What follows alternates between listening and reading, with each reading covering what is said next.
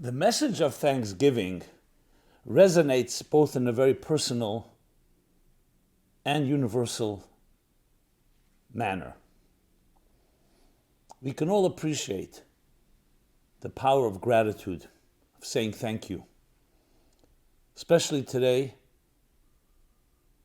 psychologically, and in many schools of therapy, they're beginning to recognize the power of gratitude. How it takes the focus away from the ego to appreciate the blessings in your life, the gifts. And it has palpable and visible effects on people's welfare and people's lives. But let's take it a step further. What is the soul of Thanksgiving? The soul of gratitude. Why is gratitude indeed such a powerful force in life? So please join me in this special Thanksgiving program, The Soul of Thanksgiving, to discover deeper resources, strengths, powers that we have to counter the negative, the demons, and the darkness.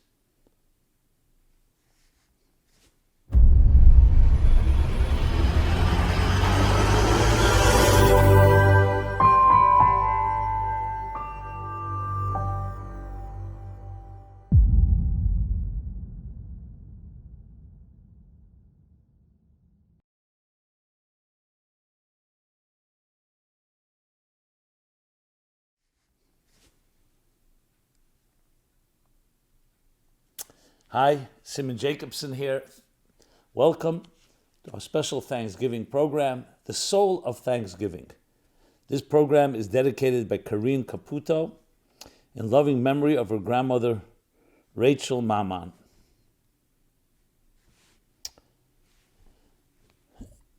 The message of Thanksgiving is both personal and universal. We all can appreciate the idea of saying thank you, of gratitude. Especially today, psychologists, therapists, and many schools of thought have come to recognize and actualize gratitude as a real tool, a tool for improving our welfare, improving our state of minds, our hearts. And it makes total sense because you can see the palpable effects. I recall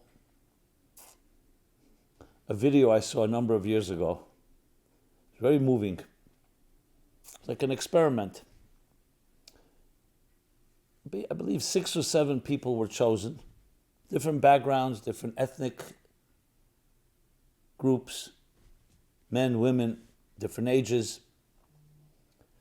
And they were chosen on a spectrum of people who are relatively not the happiest, but relatively in a happier state, to the other extreme, people who are very depressed.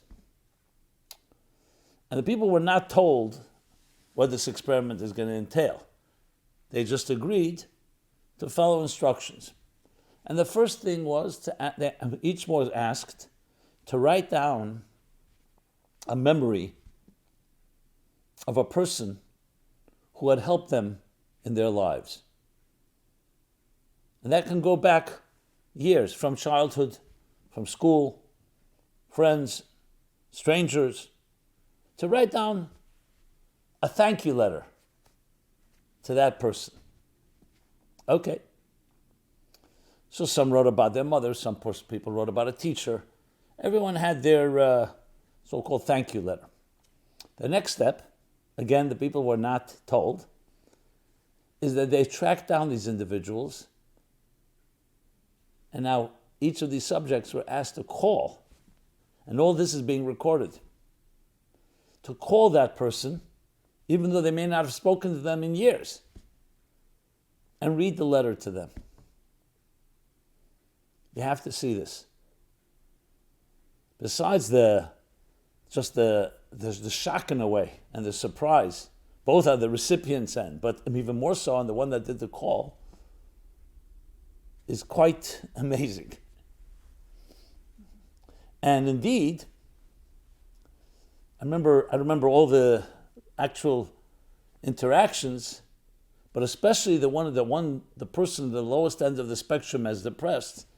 It had a visible effect on every one of them, that it lifted their self-confidence, their optimism, their hope for the future. Just this one act.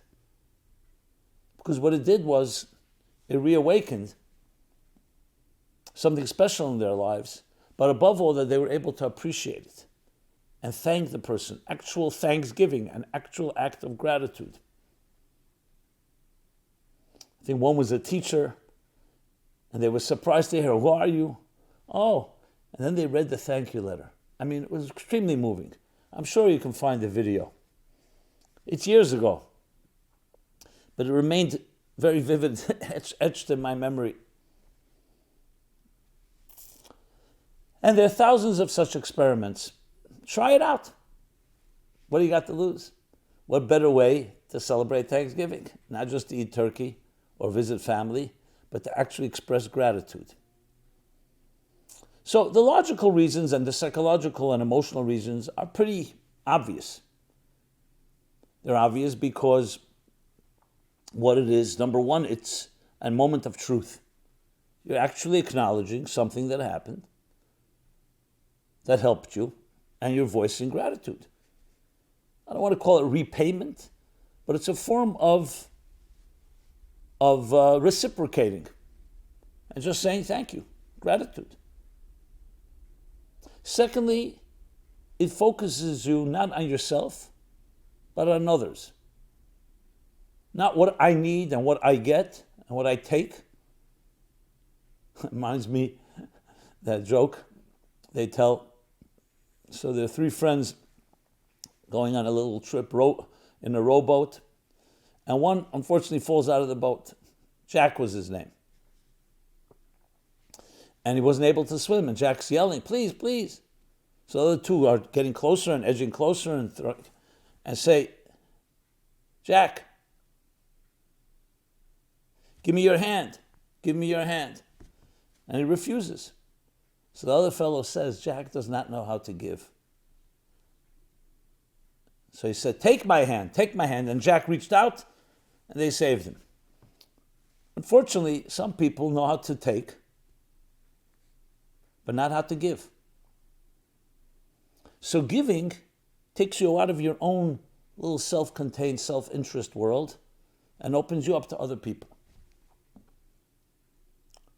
And finally, when people say, "I don't have this, I don't have that," gratitude focuses on all the blessings in your life. Appreciate what you have.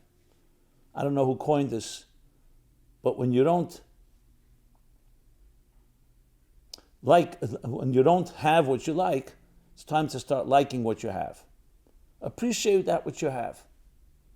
That doesn't mean a person shouldn't aspire to growth, but it means that there's much to appreciate. And it balances out that sense of self-entitlement, taking life for granted, even apathy. The list goes on. I want to take this to another level. What is the real soul of Thanksgiving? The soul of gratitude, of saying thank you, of feeling gratitude. And that brings us to explore and probe into the deeper recesses of our inner psyches, of our souls. What makes us tick? The essence of who we are. Which is why you indeed find, long before Thanksgiving, you find the concept of gratitude in the Bible. There was the bringing of the first fruit offering, that when the Jewish people entered the promised land, the first fruit that you harvest, bring to the temple as a gift to God. As what? As a thank you. There's the concept of the thank you gratitude offering.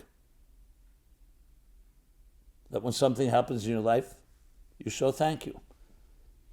I've spoken about this many times. Every morning, we say Moda Ani, thank you. I acknowledge. Thank you for returning my soul to me. In Hebrew, the word moda means to thank, to acknowledge. You see, modim, hoidu. Yehuda was one of the tribes. Comes from the word hoidah, to acknowledge, to thank. So it's a central theme that goes back thousands of years. But again, it's not just a nice thing. It's not just a psychological healthy thing to do. It actually releases. Just like there's dopamine and other chemicals that make us feel good, it releases chemicals, energies, spiritual energies from within you that can be trapped and locked. Now, why is that the case? So this takes us back to a fundamental Kabbalistic concept, which today is paralleled in physics and science. And that is that there's an integral unity in all of existence. Though we look at the world, and on a surface level it can seem like billions, trillions, zillions of fragments, the truth is it's one large organism. Just as if you look at a human body on a microcosmic level, so human body is made up of many parts.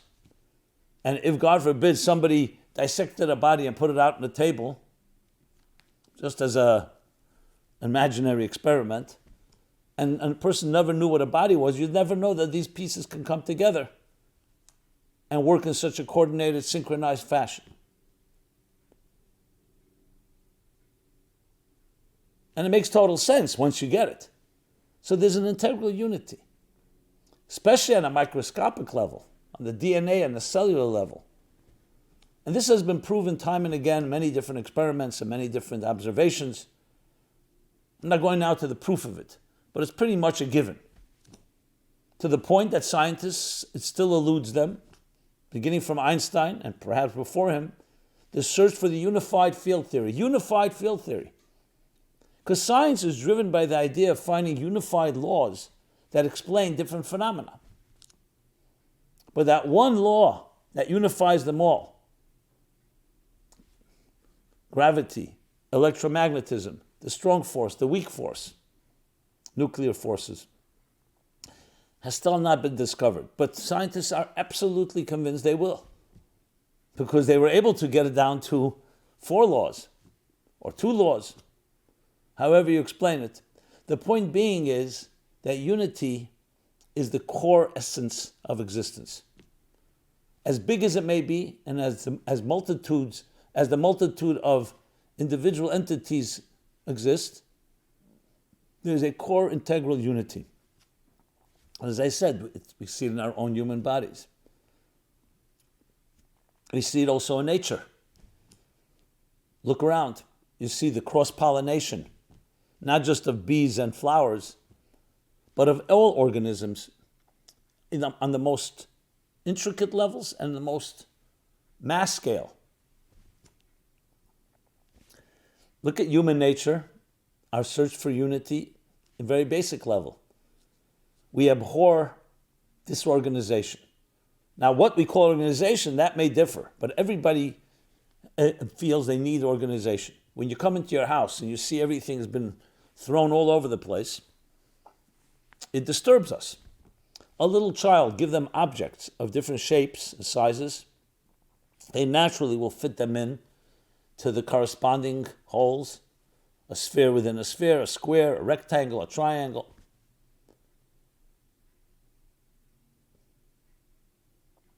Because we naturally gravitate to organization. We put things on shelves. We organize them in files, different categories, structures. Today they call it intellectual architecture.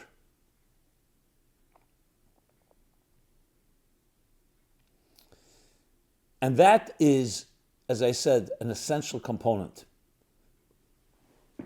So let's now bring this back to our interactions. Here we just hit 8 billion people on this planet. And we know they're different. In the words of the Talmud, there are no 2 faces alike, and there are no 2 opinions alike. We think differently. Even brothers, sisters, twins. So there's distinction, and yet there's also a commonality. And yet we see that the world has been ravaged throughout history by war, by dispute, by arguments, self-interest, conflicts, sometimes in a very subtle way and sometimes in a very blatant way. Real destruction. Why is that the case? Why don't we work the same way nature works? With this cooperation, not just coexistence, but cooperation, give and take. We all need each other. The answer is because we have choice. Musical notes written by a composer don't have choice. They're written and organized, and if the musician or the one playing it or singing it follows those notes, it's going to be beautiful. But imagine if the notes began to each decide they have their own agenda. Or in an orchestra, the different musicians and the different instruments decide each to go their own direction without the conductor, without their coordination. It would be just noise, grating noise. But that doesn't mean there isn't an integral unity. So the Kabbalists, the mystics, explain, because that's exactly the purpose of existence. For us to come into a world on its own, which can be fragmented, and can be divided, to the point of even not just diversity, but divisiveness, and bring harmony into the world of diversity, to reorganize the musical notes of existence and create beautiful music. Now, if you only have one musical note or one color or one entity, there can be no arguments, there can be no conflicts, there can be no dissonance. Beauty, however, is only the result of many different components, many different colors, many different musical notes, many different pieces, each with their own personality, and organize them. So a nice example would be the concept of, take a book, a beautiful book with an eloquent narrative, and then someone takes the book, tears up the pages, and scatters them all over the earth. And it's your mission to gather them together and piece it together into that one narrative once again. This is an analogy for the concept. It's a Kabbalistic but a very powerful concept called the shattering of the containers. To use the exact Kabbalistic word, toihu. It's the second verse in the book of Genesis. Right after it says, in the beginning God created heaven and earth, and the earth, it was empty, void, but toyu means more than that, means confused, it means it was scattered. And the mystics explain, with the analogy that I just gave, not with a book, but an analogy of energies and containers all unified, but then something shatters them, something breaks them. Essentially, this is the break and shattering that each of us goes through life. Sometimes it's called trauma. Sometimes it's called abuse. Anything that takes your wholesome and seamless life and some way cracks it through disappointment, through abandonment, through hurt, what happens is we ourselves become fragmented. We become split.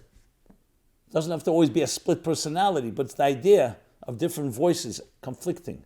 And as we grow into adults, when we didn't have that consistent security that you know where love was coming from, we will have that type of split within us. Something's been shattered. When a promise is broken, especially repeatedly, when things you expect, when you have been breached, trust has been breached, love has been betrayed. These are all forms, breach, betray, all forms of a shattering containers. The question is the extent. But it doesn't end there.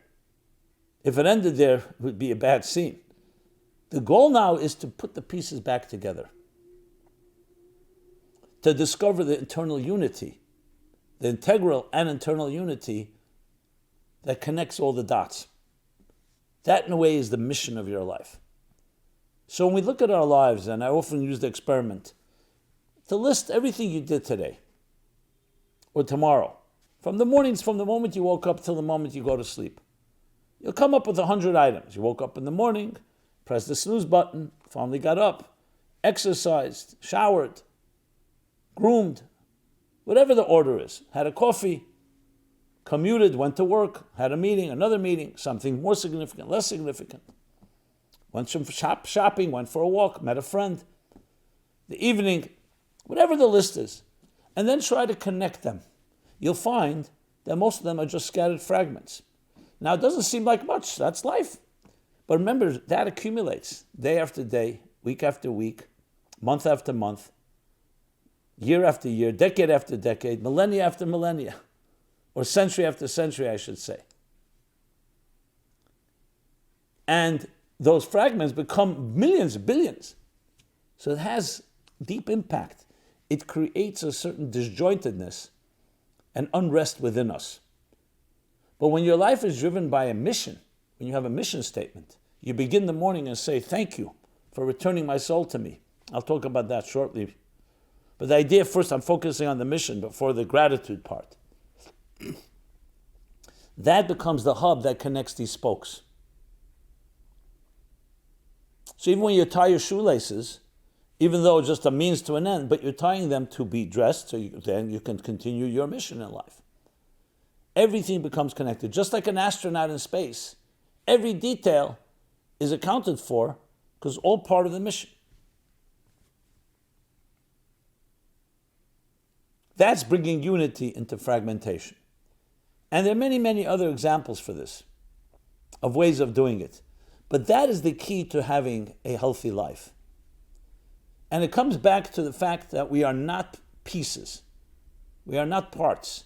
We're driven by a unified, seamless soul that then manifests in the many millions, billions, trillions of cells of your body, within your body, and the many organs and limbs, but it's one soul. And that's the driving force, just as science is searching for the unified force that connects everything. So we're not looking to eliminate diversity, God forbid. It's part of it. That symphony is it's necessary to have the diversity, or else you don't have beauty. You won't have the music. You won't have the art. But you also need the common denominator. You need the thread that connects it all, which indeed in Kabbalistic texts, just as I mentioned, there's also the concept of the thread. It's called that after the great Tzimtzum, the concealment, which allowed for this fragmentation to emerge, concealment that concealed the seamless, transcendent and divine consciousness and allowed space for other independent consciousness, within that Tzimtzum comes what the Arizal, Isaac Lurie, the great mystic, says. It's called a kav v'chut, a line and a thread. A thread that ties it all together, that connects it all. That both creates the different components, the diversity, but also connects them all. And hence you have the concept of interconnectivity. And in a personal way, that manifests in finding the unifying elements. That is why it's so important for a person, not just important, vital, critical, to have family, to have friends. Because we cannot be complete without the support of others. Now, that means not that they replace us, but support us. We complement each other. What does it feel like when you come in a unified, healthy, functional family? You come together for a Thanksgiving dinner or for any time. There's something about it. You anticipate it, a warmth, good memories, but above all, the unifying element that we're different, but we love each other. And this brings me back to gratitude. Gratitude releases that unifying energy. Let's talk about the contrast. When a person does not say thank you, does not appreciate, it's not just saying, feeling thank you, feelings of gratitude, and they just come on with their lives, that you're feeding the fragmentation, you're feeding the separation. When you say thank you, what you're saying is, you did something for me, and I appreciate it. You're introducing a unifying element. That is why it releases all those chemicals and those energies that are so healthy for us. Because it brings us back home. It brings us back to the place of the real spiritual oxygen that sustains us and makes us the best we can be. It introduces the unifying elements in life and not the division, the harmony within diversity. And thus it has all the psychological benefits and health benefits that we are so aware of and becoming more aware of by day as we speak. So the soul of thanksgiving, the soul of gratitude, is that revelation, that uncovering, unpacking of a unity that lies often dormant, covered up, concealed within us. It's like opening up reservoirs that have been closed up. Gratitude is like a release. It's a release of that unifying energy. And that's why it's so vital in our lives. I don't know if the Pilgrims and when the United States formally established Thanksgiving as a holiday understood all of this. But as I said, the tradition goes back thousands of years. And regardless, even on a very basic level, saying thank you for our blessings and for our gifts, it's a beautiful thing.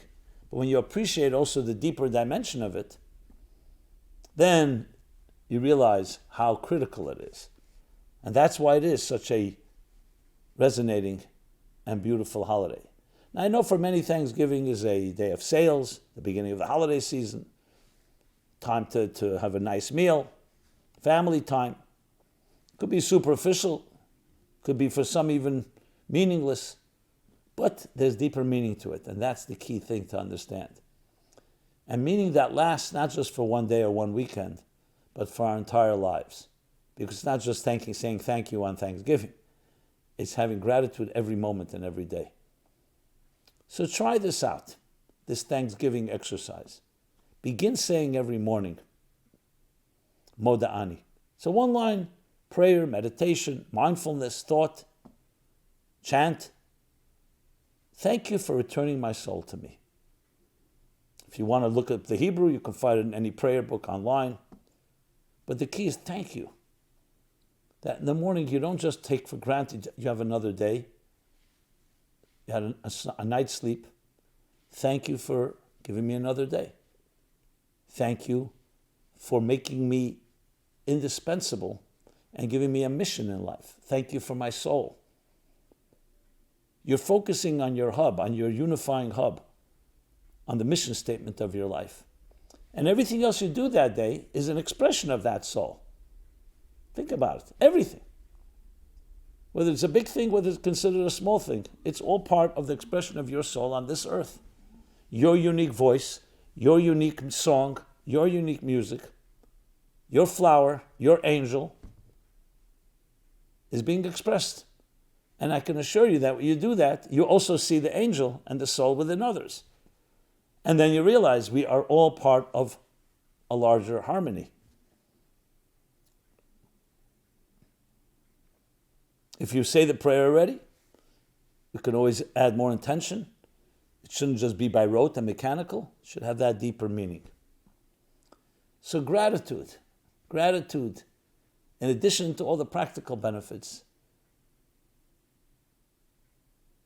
draws into our lives and into existence itself the unified energy which lies at the heart and the soul of all the cosmos, both on a macrocosmic level and a microcosmic level. And indeed changes the world, like the butterfly effect, a ripple effect. So, thank you. I say gratitude to each one of you. Thank you. Thank you for listening. Thank you for being part of our work, partnering with us. Thank you for your questions. Thank you for your feedback, your thoughts. And thank you for sharing it with others. Pay it forward. Thank those around you. Thank those that have helped you. And I just say thank you with acts of gratitude, reciprocating, offering, help, support, direction, guidance, clarity. So happy Thanksgiving, everyone. And allow the deepest and most powerful, beautiful energies within you to flow forward. And gratitude is a beautiful channel to achieve that. Be well and be blessed. This has been Rabbi Jacobson, Meaningful Life Center, meaningfullife.com, where you can find this and many other programs on a wide array of topics. Please take advantage of it, meaningfullife.com. Thank you and be well. This program is brought to you by the Meaningful Life Center. Please help us continue our programs. Make even a small contribution at meaningfullife.com/donate.